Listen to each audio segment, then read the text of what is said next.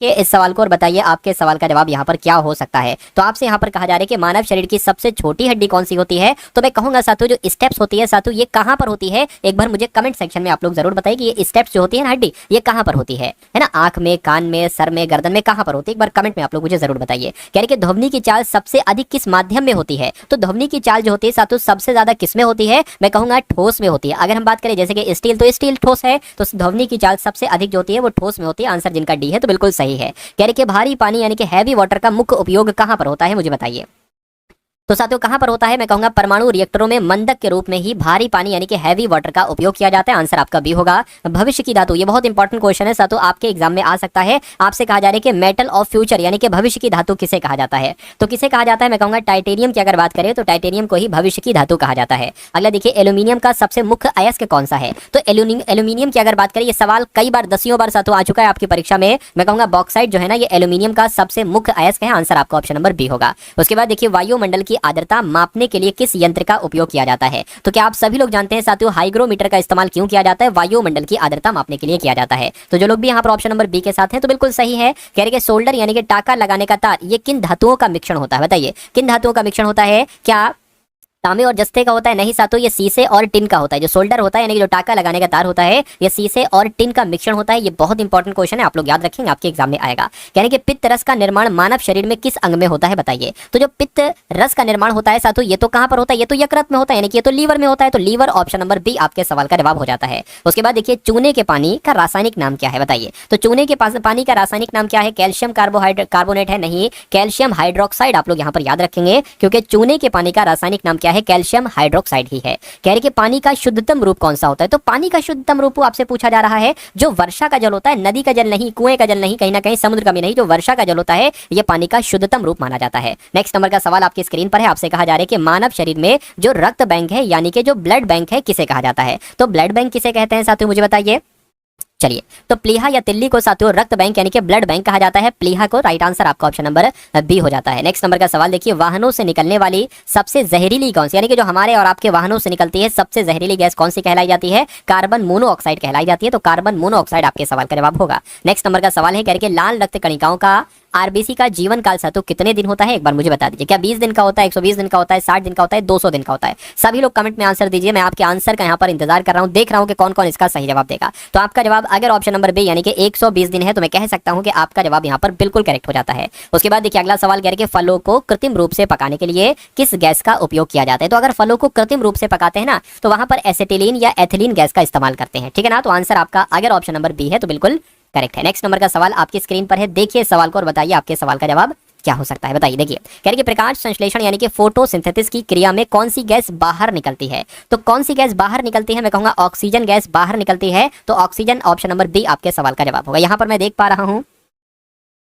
साथियों यहाँ पर नगमा खान है, रॉकी है, रवि सुमन है, उसके अलावा अगर बात करते हैं साथियों चेतन यहाँ पर है। तो सभी का आंसर जो जा रहा है वो बिल्कुल सही जा रहा है, ठीक है ना। चलिए नेक्स्ट नंबर का सवाल अब हम लोग देखते हैं। यहाँ पर कह रहे कि कौन सा विटामिन गर्म करने पर नष्ट हो जाता है। गर्म करने पर नष्ट हो जाता है, मैं कहूंगा साथियों विटामिन सी की बात चल रही है, क्योंकि विटामिन सी को अगर गर्म करते हो तो वो नष्ट हो जाता है। नेक्स्ट नंबर का सवाल साथियों तारों के टिमटिमाने यानी कि ट्विंकलिंग ऑफ स्टार्स का मुख्य कारण क्या है। तो तारे क्यों टिमटिमाते हैं बात आपसे पूछी जा रही है, क्यों, क्योंकि प्रकाश के अपवर्तन यानी कि रिफ्रैक्शन की वजह से, प्रकाश के अपवर्तन की वजह से ही तारे टिमटिमाते हैं। ये सवाल आ रहा है कि परमाणु बम यानी कि एटॉमिक बम किस सिद्धांत पर कार्य करता है, मुझे बताइए। तो ये नाभिकीय विखंडन यानी कि न्यूक्लियर फिशन के सिद्धांत पर कार्य करता है। आंसर आपका अगर ऑप्शन नंबर बी है तो बिल्कुल करेक्ट है। उसके बाद देखिए कह रहे कि हाइड्रोजन बम, तो अभी कौन सा बम था, परमाणु बम था। अब कह रहे हैं कि साथियों हाइड्रोजन बम जो है ना ये किस सिद्धांत पर कार्य करता है। तो ये किस सिद्धांत पर कार्य करता है, ये नाभिकीय संलयन पर कार्य करता है। तो नाभिकीय संलयन आपका कहां पर लिखा हुआ है, ऑप्शन नंबर बी में लिखा हुआ है। राइट आंसर आपका ऑप्शन नंबर बी है। ये दोनों सवाल ही बहुत इंपॉर्टेंट है साथियों। चलिए अगला सवाल देखिए कह रहे कि जंग का रासायनिक नाम क्या है। तो जंग का रासायनिक नाम क्या है साथियों मुझे बताइए। फेरस सल्फेट तो नहीं है, हाइड्रेटेड फेरिक ऑक्साइड जो है यही साथियों जंग का रासायनिक नाम है। सही जवाब आपका ऑप्शन नंबर बी होगा। चलिए साथियों अगला सवाल कह रहे हैं कि मानव मस्तिष्क का सबसे बड़ा भाग क्या प्रमस्तिष्क होता है, क्या अनुमस्तिष्क होता है, मेडुला होता है या साथियों पोन्स होता है, मुझे बताइए। चलिए भैया तो मैं कहूंगा अगर हम प्रमस्तिष्क की बात करते हैं यानी कि सेरेबेरम की बात करते हैं तो ये मानव मस्तिष्क का सबसे बड़ा भाग कहलाया जाता है प्रमस्तिष्क, इसलिए सही जवाब आपका ऑप्शन नंबर ए है। चलिए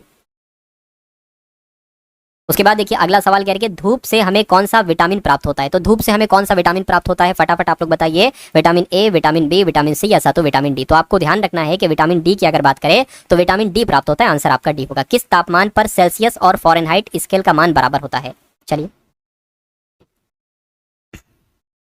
क्या आपसे यहाँ पर साथियों कहा जा रहा है, देखिए आपको यहाँ पर ध्यान रखना है -40 डिग्री सेल्सियस की अगर हम बात करते हैं तो इस तापमान पर सेल्सियस और फॉरेनहाइट स्केल का मान बराबर होता है। आंसर आपका ऑप्शन नंबर बी होगा। सोने को घोलने के लिए किस मिश्रण का उपयोग किया जाता है? तो सोने को घोलने के लिए किस मिश्रण का उपयोग किया जाता है ये आपको ध्यान रखना है साथियों। एक्वारेजिया होता है, अम्लराज कहते हैं। सोने को घोलने के लिए साथियों इस मिश्रण का ही प्रयोग किया जाता है, ये बात आपको यहाँ पर ध्यान रखना है। कंप्यूटर की चिप्स बनाने में मुख्य रूप से साथियों किसका इस्तेमाल किया जाता है? एक बार कमेंट सेक्शन में मुझे बताइए, मैं आपके कमेंट देख रहा हूँ।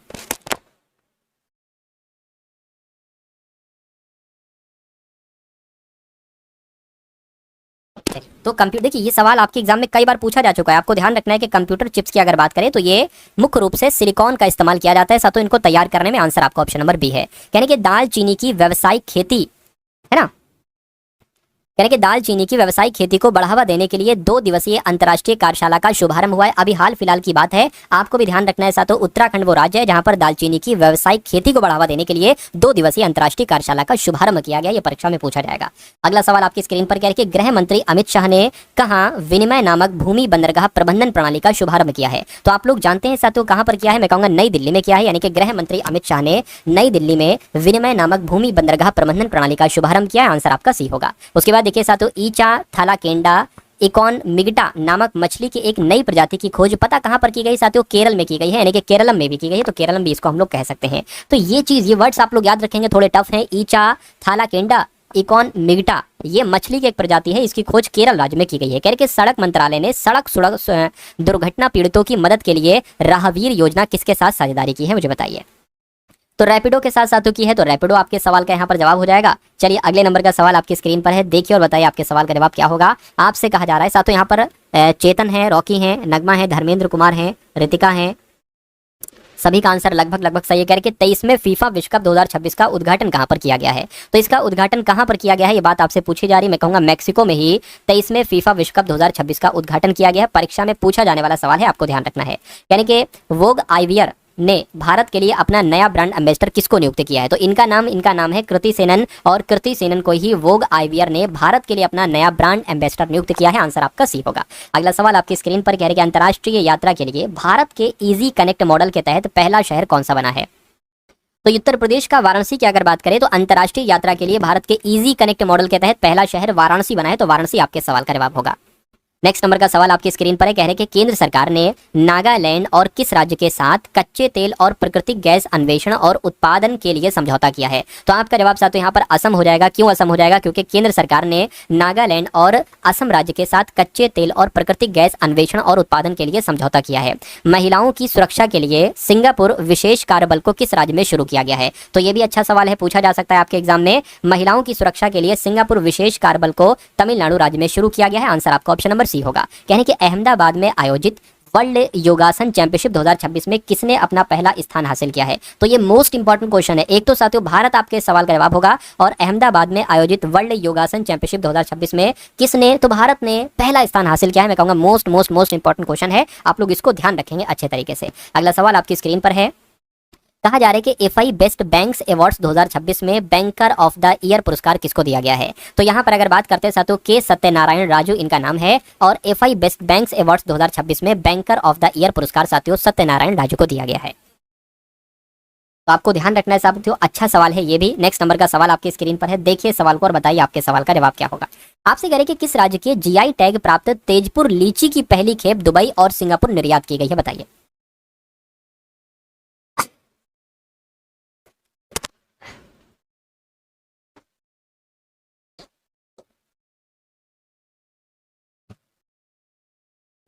देखिए साथियों, मैं कह सकता हूं कि असम राज्य के जीआई टैग प्राप्त तेजपुर लीची की पहली खेप दुबई और सिंगापुर निर्यात की गई है। उसके बाद देखिए दुनिया की सबसे लंबी दूरी की रोबोटिक कार्डियक टेली सर्जरी का विश्व रिकॉर्ड किस भारतीय द्वारा बनाया गया है? तो किस भारतीय द्वारा बनाया गया है बात आपसे पूछी जा रही है। डॉक्टर सुधीर श्रीवास्तव इनका नाम है, और दुनिया की सबसे लंबी दूरी की रोबोटिक कार्डियक टेली सर्जरी का विश्व रिकॉर्ड जो बनाया है वो डॉक्टर सुधीर श्रीवास्तव ने बनाया है। ये भी आपके एग्जाम में सवाल पूछा जा सकता है। उसके बाद देखिए यानी कि भारतीय विद्या भवन का अध्यक्ष अभी हाल फिलहाल में किनको नियुक्त किया गया है? तो किनको नियुक्त किया गया है फटाफट आप लोग साथों एक बार मुझे कमेंट सेक्शन में यहाँ पर बता देंगे। बनवारी लाल पुरोहित की अगर बात करें तो यही भारतीय विद्या भवन के अध्यक्ष नियुक्त किए जा चुके हैं। उसके बाद देखिए कहा जा रहा है कि जारी संस्मरण view from the east wing A memoir है ना के लेखक कौन है? View from the east wing A memoir के लेखक कौन है ये आपको बताना है। जिल बाइडन इनका नाम है और जिल बाइडन ही इस संस्मरण के लेखक है, बात आपको मालूम होना चाहिए। अंतर्राष्ट्रीय वृक्ष कृषि सम्मेलन ये कहां पर शुरू हुआ है? तो पता साथों कहां पर शुरू हुआ है? ये इंदौर में शुरू हुआ है ना। अंतर्राष्ट्रीय वृक्ष कृषि सम्मेलन कहां पर शुरू हुआ है? इंदौर में शुरू हुआ है। आंसर आपका एक होगा। भारतीय नौसेना के किस लेफ्टिनेंट कमांडर को शौर्य चक्र से सम्मानित किया गया है? यहाँ पर अगर हम लोग बात करते हैं तो सूरज प्रसार आपका जवाब हो जाएगा। क्यों? क्योंकि भारतीय नौसेना के किस लेफ्टिनेंट कमांडर को शौर्य चक्र से सम्मानित किया गया है? तो सूरज प्रसार को किया गया है। उसके बाद देखिए कह रहे कि जारी सिपरी की रिपोर्ट के अनुसार भारत में परमाणु हथियारों की कुल संख्या कितनी हो गई है? तो पता साथियों कितनी हो गई है बात आपको मालूम होना चाहिए। 190 हो गई है, तो 190 आपका जवाब हो जाएगा। भारत में परमाणु हथियारों की कुल संख्या 190 हो गई है। अगला सवाल देखिए कहां वन्यजीव अपराधों के मैनेजमेंट के लिए डिजिटल सिस्टम हॉक को लॉन्च किया गया है, यानी कि HAWK को लॉन्च किया गया है। तो आपको मालूम होना चाहिए केरल आपके सवाल का जवाब होगा। केरल में वन्यजीव अपराधों के मैनेजमेंट के लिए डिजिटल सिस्टम हॉक को लॉन्च किया गया है। तो ये आपके 45 सवाल हो चुके हैं, जिसमें से साइंस के और करंट अफेयर के सवाल आपके रहे और आपके एग्जाम में भी कुल 45 सवाल ही पूछे जाएंगे साइंस के और करंट अफेयर के। और अब उसके बाद यहाँ पर रीजनिंग के ऐसे कॉन्सेप्ट मैं आपके लिए लेकर आया हूँ जो हर बार आपकी परीक्षा में पूछे जाते हैं, इसलिए इन सवालों को आप लोग बिल्कुल मत छोड़िएगा। असली युद्ध साथियों अब आपका शुरू होता है, क्योंकि रीजनिंग एक ऐसा सब्जेक्ट है जिसमें स्कोर करना पूरा है और सबसे ज्यादा रीजनिंग ही आ रही है। रीजनिंग के पूरे 30 सवाल आ रहे हैं, किसी और सब्जेक्ट के इतने ज्यादा सवाल नहीं आ रहे हैं। चलिए तो 30 नंबर को अपना पक्का करने के लिए इन सवालों को देखिए। आपसे कहा जा रहा है कि WORKER यानी कि वर्कर को OKR ये क्या OKR लिखा जाता है, तो एज्यूम को साथियों क्या लिखा जा सकता है? देखिए OKR तो यहीं पर ही तो है, जैसे कि ये O है, ये K है, ये R है, यानी कि दूसरा चौथा छठा लिया गया है। तो अगर हम यहाँ पर यही करें दूसरा चौथा छठा लें यानी कि SUE लें,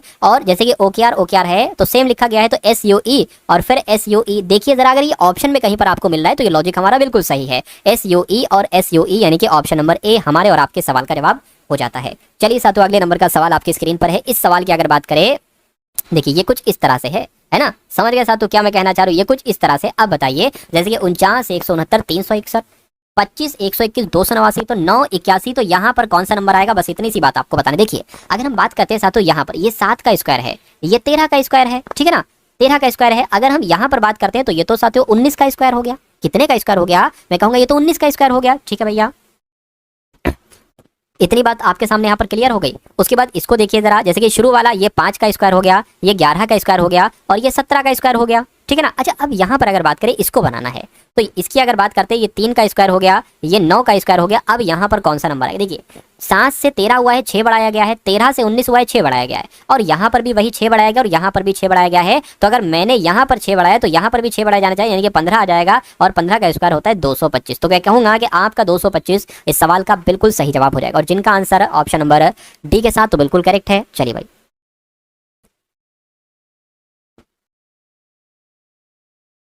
हाँ बताइए क्या पूछ रहे हैं आप लोग? सर PDF में सारे क्वेश्चन आंसर मिलेंगे क्या जो एग्जाम में आते हैं, यानी कि रीजनिंग GK GS मैथ जो पेपर में है। देखिए ऐसे एक्सपेक्टेड इंपॉर्टेंट क्वेश्चन आपको दिए जा रहे हैं साइंस के, रीजनिंग के, मैथ्स के, करंट अफेयर के, जो एग्जाम के लिए बहुत इंपॉर्टेंट है, इसलिए उस चीज को आप लोग साथ यहाँ पर जरूर देख लीजिएगा एक बार। चलिए 729 नहीं है भाई, है ना, 729 नहीं है, 225 यहाँ पर आएगा। अगला सवाल आपकी स्क्रीन पर है कि कथन है और निष्कर्ष है। आपसे यहाँ पर कहा जा रहा है कि कुछ चूहे वेल हैं। तो मान लीजिए साथियों कुछ चूहे वेल हैं, ये हमने यहाँ पर क्या हो गए, ये चूहे हो गए, और कुछ चूहे यानी कि इतने चूहे क्या हो गए साथियों, इतने चूहे यहाँ पर वेल हो गए। उसके बाद कहा जा रहा है कि सभी वेल कुत्ते हैं। तो ये सभी के सभी वेल क्या हो गए साथियों, सभी के सभी वेल यहाँ पर कुत्ते हो गए। ठीक है, अब निष्कर्ष को पढ़िए और बताइए कौन सा सही है कौन सा गलत है। कुछ चूहे कुत्ते हैं, तो कुछ चूहे कुत्ते हैं बिल्कुल साथियों, इतने चूहे कुत्ते, ये बिल्कुल सही हो जाएगा। कोई चूहा कुत्ता नहीं है, कोई चूहा कुत्ता नहीं, ये बात गलत है क्योंकि कुछ चूहे कुत्ते हैं, तो ये गलत है, यानी कि पहला वाला आपका निष्कर्ष बिल्कुल सही हो जाएगा। ठीक है ना, तो आंसर आपका ए होगा। अगला सवाल आपके स्क्रीन पर है। आपसे यहाँ पर कहा जा रहा है कि 9 है, 20 है, 42 है, 75 है, तो उसके बाद कौन सा नंबर आ सकता है, एक बार आप लोग मुझे बता दीजिए। चलिए भाई देखिए इसमें देखा जाए तो है कुछ नहीं, है ना, एक नंबर सीरीज है, वो भी बहुत आसान सी है। तो मुझे बताइए जरा एक बार क्या यहाँ पर हो सकता है। देखिए 9 से अगर हम 20 पर जाएं तो कितना बड़ा है, 11 बड़ा है। 20 से 42 पर जाएं कितना बड़ा है साथियों, 22 बड़ा है। यहाँ पर कितना बड़ा है, 3, और यहाँ पर भी 3। ये तो 11 का पहाड़ा चल रहा है भाई साहब। 11 कम 11, 11 दूना 22, 11 3 33, तो 11 चौक 44 आ जाएगा। तो 75 और 44 कितना होता है, मैं कहूँगा 119 होता है। और अगर 119 हमें ऑप्शन में मिल गया तो ये लॉजिक हमारा बिल्कुल सही हो जाएगा। 119 कहाँ पर लिखा हुआ है, 119 आपका ऑप्शन नंबर डी में लिखा हुआ है। ठीक है ना, चलिए, तो बेहतरीन बेहतरीन कॉन्सेप्ट मैं आपके लिए साथों लेकर आया हूँ जो आपके एग्जाम में आपसे पूछे जाएंगे। अब आपसे यहाँ पर क्या कहा जा रहा है, बहुत ध्यान से इस सवाल को आप लोग देखिए और फटाफट आप लोग मुझे बताइए आपके सवाल का जवाब क्या है। कह रहे उस विकल्प का चयन करें जो दर्पण के दाएं ओर रखे जाने पर शब्द की दी गई दर्पण छवि को सर्वाधिक मेल खाता है। बताइए साथों, आपका काम है, फटाफट एक बार मुझे बताइए। चलिए देखिए, यहाँ पर एक दर्पण रखा हुआ है, तो जो सबसे अंत में होता है वो सबसे पहले आता है, समझ के साथ हो। तो एन कुछ इस टाइप से आ जाएगा, ओ जैसा वैसा आ जाएगा, आई जैसा वैसा आ जाएगा, ए जैसा वैसा, सी कुछ ऐसा आ जाएगा, ओ ऐसा आ जाएगा, वी जैसा ऐसा आ जाएगा। तो ये कौन से ऑप्शन में लिखा हुआ है जरा मुझे बता दीजिए, है ना। देखिए एन ओ आई टी कहाँ से आ गया भाई साहब, अच्छा टी तो मैंने भी नहीं बनाया, एक सेकेंड, टी मुझसे छूट गया। देखिए एन हो गया, ओ हो गया, आई हो गया, अच्छा टी टी आ जाएगा, ए जैसा वैसा, सी ऐसा आ जाएगा, ओ और वी। ये कौन से ऑप्शन में है, ये है ना। ए यहाँ पर उल्टा बना दिया जो गलत हो जाएगा, ये यहाँ पर बिल्कुल सही, यानी कि आपका और हमारा जवाब जो होगा वो ऑप्शन नंबर बी हो जाएगा।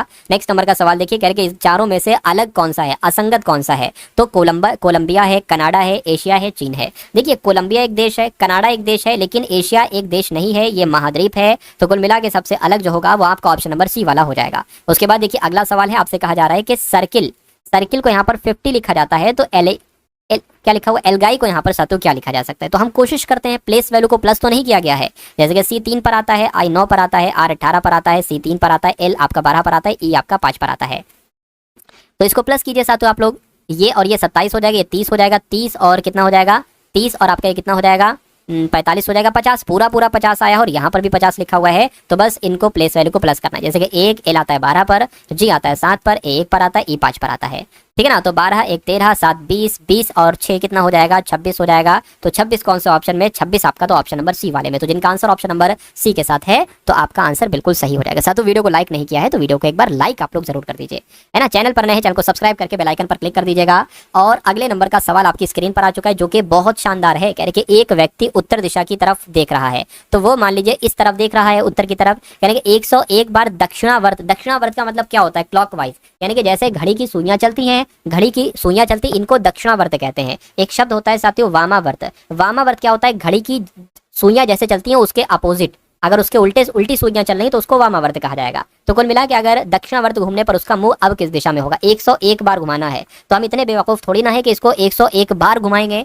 मुझे इतना पता है कि अगर इसको 100 बार आप घुमाओगे तो इसका मुंह उत्तर दिशा में है, उत्तर दिशा में ही आ जाएगा, समझ गए, उत्तर दिशा में ही आ जाएगा। अब देखिए कहने का मतलब ये है, इधर अगर आप आ गए तो ये एक बार घुमा दिया, इधर आ गए तो ये दोबारा घुमा दिया, समझ गए ना। तो अब देखिए 100 बार में यहीं पर आ जाएगा, 101 बार में साथ तो यहाँ पर आ जाएगा, यानी कि अब इसका मुंह पूर्व दिशा की तरफ आ जाएगा। तो पूर्व दिशा की तरफ आ जाएगा तो पूर्व आपके सवाल का जवाब हो जाता है। अगला सवाल आपकी स्क्रीन पर है, देखिए सवाल को और बताइए आपके सवाल का जवाब क्या होगा। कहा जा रहा है कि 6 मित्र हैं, पंकज हैं, काजी हैं, रोहित हैं, सनी है, तबरेज है, मनोरंजन है। एक षटभुजाकार मेज के चारों ओर केंद्र की ओर मुंह करके बैठे हुए हैं। तो बना लेते हैं साथियों षटभुजाकार मेज, है ना। षटभुजाकार मेज यहाँ पर हमने एक बना ली। अब आपसे यहाँ पर कहा जा रहा है कि पंकज मनोरंजन के बाएं दूसरा बैठा है, काजी रोहित और सनी का पड़ोसी है, तबरेज सनी के बाएं दूसरे स्थान पर बैठा हुआ है। तो अगर हम पंकज और मनोरंजन से स्टार्टिंग करते हैं इस सवाल की, तो पंकज और मनोरंजन आगे नहीं हमें मिलेंगे। अगर हम यहाँ पर सनी को देखते हैं, सनी यहाँ पर भी है, सनी यहाँ पर भी है, तो सनी से स्टार्टिंग करेंगे, जो नाम 2 बार होगा वहां से स्टार्टिंग करते हैं। तो सनी के बाएं दूसरा तबरेज है, तो सनी को आप कहीं पर बैठा दो, आंसर एक आएगा। सनी मान लीजिए यहां पर है, तो सनी, अच्छा सभी का मुंह केंद्र की तरफ है, सनी के बाईं ओर कौन है, तबरेज है, ठीक है ना। सनी के दूसरा बाएं कौन है, तबरेज है, तो एक स्थान ये हो जाएगा, दूसरा स्थान ये हो जाएगा, तबरेज जी यहां पर बैठ जाएंगे। अब देखिए आपसे कहा जा रहा है कि सनी यानी कि काजी जो है ना रोहित और सनी का पड़ोसी है, रोहित और सनी का। अब देखिए रोहित और सनी, तो रोहित यहां पर तो आएगा नहीं, रोहित यहां पर आ जाएगा, क्योंकि कहा जा रहा है कि रोहित और सनी का पड़ोसी कौन है, काजी है, तो काजी यहां पर आ जाएगा। क्योंकि अगर रोहित यहां पर रखते, अगर इधर हम रोहित को बैठाते फिर तबरेज को हटाना पड़ता। चलिए आपसे फिर यहां पर एक चीज कही गई थी कि पंकज मनोरंजन के बाएं बैठा हुआ है, तो पंकज जो है ना मनोरंजन के बाएं बैठा है। अब एक ही यहां पर चीज है कि मनोरंजन को अगर यहां पर बैठा लें तो पंकज जो है ना मनोरंजन के बाएं दूसरा बैठा हुआ है, दूसरा यहाँ पर बैठ जाएगा, तो यहाँ पर पंकज जी आ जाएंगे। आपसे कहा जा रहा है कि काजी के बाएं चौथा कौन है, तो काजी ये है, काजी के बाएं चौथा कौन होगा, 1 2 3 4, काजी के बाएं चौथा पंकज होंगे, तो पंकज आपके सवाल का जवाब होगा। और जिनका आंसर ऑप्शन नंबर ए के साथ था तो बिल्कुल करेक्ट आपका आंसर हो जाता है। उसके बाद देखिए अगला सवाल आपकी स्क्रीन पर है, आपसे कहा जा रहा है कि मदर टेरेसा का संबंध शांति से है, ठीक है भैया। तो रविन्द्रनाथ टैगोर का संबंध किससे होगा, एक बार कमेंट सेक्शन में आप लोग मुझे बता दीजिए। देखिए बताइए साथियों फटाफट, मैं आपसे यहाँ पर सुनना चाहता हूँ कि आपके सवाल का जवाब होगा। देखिए यहाँ पर अगर बात करें जिसके मदर टेरेसा को शांति के क्षेत्र में पुरस्कार मिला था, है ना, नोबेल पुरस्कार मिला था, रविन्द्रनाथ टैगोर को साहित्य के क्षेत्र में नोबेल पुरस्कार मिला था, तो आंसर इस प्रकार आपका जो जाएगा वो ऑप्शन नंबर सी के साथ जाएगा। उसके बाद देखिए साथियों, आदर करना, प्रार्थना, प्रशंसा, श्रद्धांजलि देना, सिफारिश करना, अनादर करना या गुणगान करना, बताइए। देखिए प्रशंसा, कहीं ना कहीं मुझे लग रहा है ये दोनों समानार्थी शब्द हैं, आदत करना या उनकी प्रार्थना करना एक से शब्द हैं। तो प्रशंसा करना मतलब तारीफ करना, तो श्रद्धांजलि तो नहीं कह सकते, प्रशंसा करना, सिफारिश करना, अनादर तो भी नहीं कह सकते, सिफारिश भी नहीं, तो गुणगान, गुणवान आपका ज्यादा इंपॉर्टेंट हो जाएगा, यानी कि प्रशंसा करना कह लो या उसके गुणगान गाना कह लो, तो आंसर आपका ऑप्शन नंबर डी है। चलिए अगले नंबर का सवाल साथियों आपके स्क्रीन पर है, देखिए इन सवालों को और फटाफट मुझे बताइए आपके सवाल का जवाब क्या होगा। चलिए भाई, तो यहां पर अगर हम लोग साथियों बात करें, आपसे कहा जा रहा है कि देखिए मैं आपको लिख के बता देता हूं, x/3 बराबर y/5 बराबर z/9, ठीक है ना, z/9, ये कुछ नहीं साथियों। तो आपसे यहाँ पर कहा जा रहा है कि x अनुपात y अनुपात z ये क्या हो सकता है, बस इतनी सी बात आप लोग मुझे यहाँ पर बता दिए। कभी भी अगर आपको सवाल ऐसा दे रखा हो कि x/3 बराबर y/5 मतलब कुछ संख्या कुछ हो, तो आपको कुछ नहीं करना होता है, जो इसके नीचे है ना साथियों वही इसका अनुपात होता है। यानी कि अगर मैं आपसे पूछूं x अनुपात अनुपात z क्या होगा, तो साथियों 3:5:9 यही तो हो जाएगा x अनुपात y अनुपात z। और ऐसा कहां पर लिखा हुआ है, ऐसा ऑप्शन नंबर डी में लिखा हुआ है। तो बहुत कठिन सा क्वेश्चन लग रहा होगा, लेकिन एक छोटा सा आंसर होता है, तुरंत देखो बिना किसी कैलकुलेशन के आंसर आप लोग लगा दो। अगला सवाल आपकी स्क्रीन पर कह रहे कि एस जो है ना, एस ये टी का 160% है, तो टी एस का कितना प्रतिशत है। यहाँ पर दो लोग हैं, कहने कि एस जो है ना, एस ये टी का 160% है, तो मैं कहूंगा टी 100 होगा, तभी तो एस टी का 160% होगा। ठीक है भैया, कहने के तो टी जो है ना, टी यानी कि ये एस का कितना प्रतिशत है, तो टी एस का कितना प्रतिशत है, तो प्रतिशत के लिए सातों 100 से गुणा करेंगे, नीचे आपका क्या आ जाएगा, एस आ जाएगा, क्योंकि टी एस का कितना प्रतिशत ये पूछा जा रहा है, तो 160 नीचे आ जाएगा, 0 से 0 कैंसिल होगा, 2 अट्ठे और 2 पंजे हो जाएगा, 8 से अगर कट करें तो साथियों 8 कम 8 2 जाएगा, 8 दूना 16, ठीक है ना, पॉइंट लगाएंगे, इधर 4 बचा है, 8 पंजे 40, 12.5 की गुणा 5 से आप लोग कर लीजिए। चलिए कर लेते हैं, कोई दिक्कत नहीं, 5 पंजे 25 हो जाएगा, है ना, सॉरी 5 पंजे 25 हो जाएगा, 5 दूना 10, 10 और 12 हो जाएगा, 5 एकम 5 और 1 6, यानी कि 62.5% आपके सवाल का जवाब होगा। तो देखिए एस टी का 160% है, तो टी एस का कितना प्रतिशत होगा, 62.5% होगा। सही जवाब आपका ऑप्शन नंबर बी हो जाता है। चलिए साथियों अगले नंबर का सवाल आपकी स्क्रीन पर है, देखिए इस सवाल को और बताइए आपका जवाब क्या है। कह रहे कि दो संख्याओं का अनुपात 14:25 है, यदि उनके मध्य का अंतर 264 है, तो दोनों संख्याओं में से छोटी संख्या कौन सी है।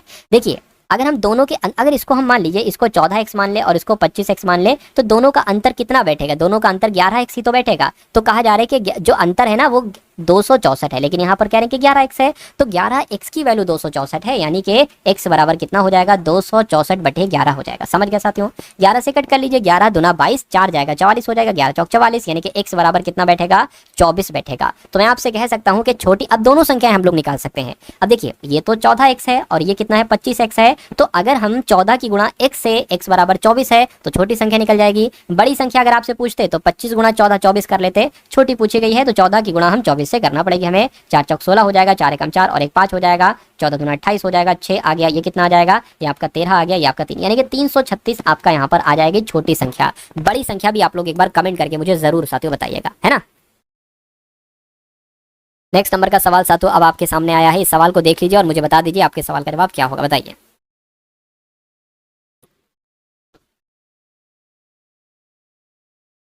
आपसे यहाँ पर कहा जा रहा है कि 14,000 रुपए की एक राशि है, 3 वर्षों के लिए चक्रवृद्धि ब्याज पर उधार दी जाती है, ब्याज का संयोजन वार्षिक है, यदि ब्याज की दर 10% है तो चक्रवृद्धि ब्याज कितना होगा, ये बात आपको बताना है। सबसे पहले मैं आपको एक बात बता देना चाहता हूँ, चक्रवृद्धि ब्याज आखिर होता क्या है।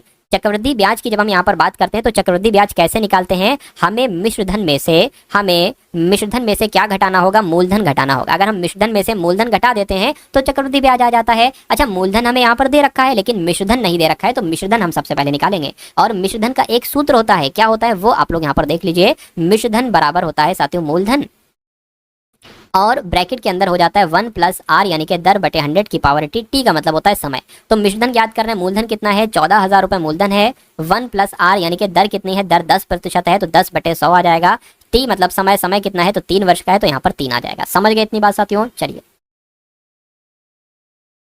उसके बाद देखिए 0 से आपका ये 0 कैंसिल हो जाएगा। अब 1 प्लस में है तो क्रॉस ये क्या होगा 1 + 1/10, ठीक है ना, तो 10 एकम 10, 10 और 11 यानी कि 11/10 आ जाएगा, 11/10 देखिए अब इसके ऊपर क्यूब है, यानी कि ये 3 बार हमें लिखना पड़ेगा। 11/10 गुणा 11/10 और गुणा 11/10। अच्छा ये गुणा में इधर क्या चल रहा है, ये 14,000 चल रहा है अपना। और ये हम निकाल क्या रहे हैं, हम निकाल रहे हैं साथियों मिश्रधन यहाँ पर निकाल रहे हैं। देखिए 0 से ये 0, इस 0 से ये 0 और इस 0 से ये 0 कैंसिल हो जाएगा। समझ गए साथियों, इतनी बात को मेरी समझ गए आप? अगर समझ गए तो बहुत अच्छी यहाँ पर बात है। चलिए भैया, अच्छा आपको क्या क्यूब याद है ना? अगर आपको क्यूब याद है तो 11 का बताइए साथियों कितना होगा। 1331 होता है, तो 11 गुणा 11 गुणा 11 कितना हो जाएगा साथियों, ये आपका 1331 हो जाएगा। और गुणा 14 करिए तो इनको कैलकुलेट करिए साथियों। 1331 गुणा 14 की अगर बात करें तो 4 एकम 4 हो जाएगा, 4 तियां 12 हो जाएगा, 4 तियां 12 और 1 13 हो जाएगा, 4 एकम 4 और 1 5 हो जाएगा।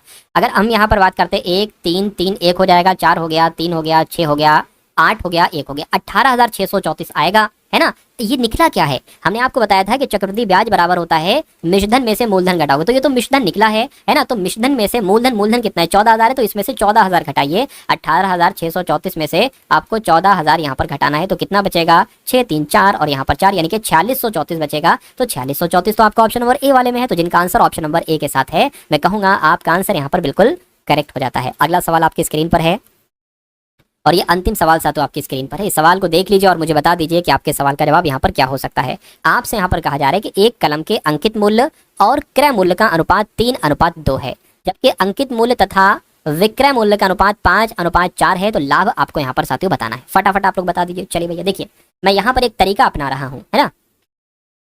मैं इसको अंकित मूल्य मान लेता हूँ, उसको कॉस्ट प्राइस मान लेता हूँ, इसको सेलिंग प्राइस मान लेता हूँ, है ना? चलिए भैया, अब देखिए ये क्या है, ये अंकित मूल्य है, यानी कि ए अनुपात क्या हो जाएगा, एस हो जाएगा, ए अनुपात एस हो जाएगा, ठीक है ना? और अगर बात करते हैं साथियों, ये सी और ए हमने इस तरह से लिख दिया, यानी कि, है ना? तो हम क्या करेंगे साथियों, 3:2 था ना, तो 2:3 कर लेंगे। ये क्या था, ये 5:4 था, तो ये कर लेंगे। हम ट्रिक से निकालते हैं, यानी कि ये चीज सेम होना चाहिए, जो इधर की चीजें हैं ये सेम होना चाहिए। अगर ऐसा है तो इनका अनुपात बहुत आराम से निकल सकता है। ऐसे कर लेंगे, 2 पंजे 10 हो जाएगा, 5 तियां 15 हो जाएगा, 3 चक्कू आपका 12 हो जाएगा। तो लाभ प्रतिशत कितना, ये आपसे पूछा जा रहा है। लाभ प्रतिशत का मतलब क्या है, देखिए ये है आपका कॉस्ट प्राइस यानी कि क्रय मूल्य, ये आपका अंकित मूल्य है ना? और ये आपका क्या है, सेलिंग प्राइस यानी कि ये आपका विक्रय मूल्य है। तो अगर आपने 10 में खरीदा है, 12 में बेचा है, तो लाभ कितना हो रहा है, 2 का लाभ हो रहा है। इसको प्रतिशत बदल लीजिए तो 100 से गुणा कर देंगे, क्रय मूल्य नीचे आएगा जो कि 10 है। तो बस साथियों कैलकुलेट कर दीजिए, यानी कि 20% का लाभ होगा। 20% का लाभ कौन से ऑप्शन में लिखा हुआ है, मैं कहूँगा ऑप्शन। तो दोस्तों ये वीडियो आप लोगों को कैसी लगी कमेंट बॉक्स में ज़रूर बताएं। वीडियो अच्छी लगे तो वीडियो को लाइक करें और चैनल पर नए हैं तो चैनल को सब्सक्राइब करें।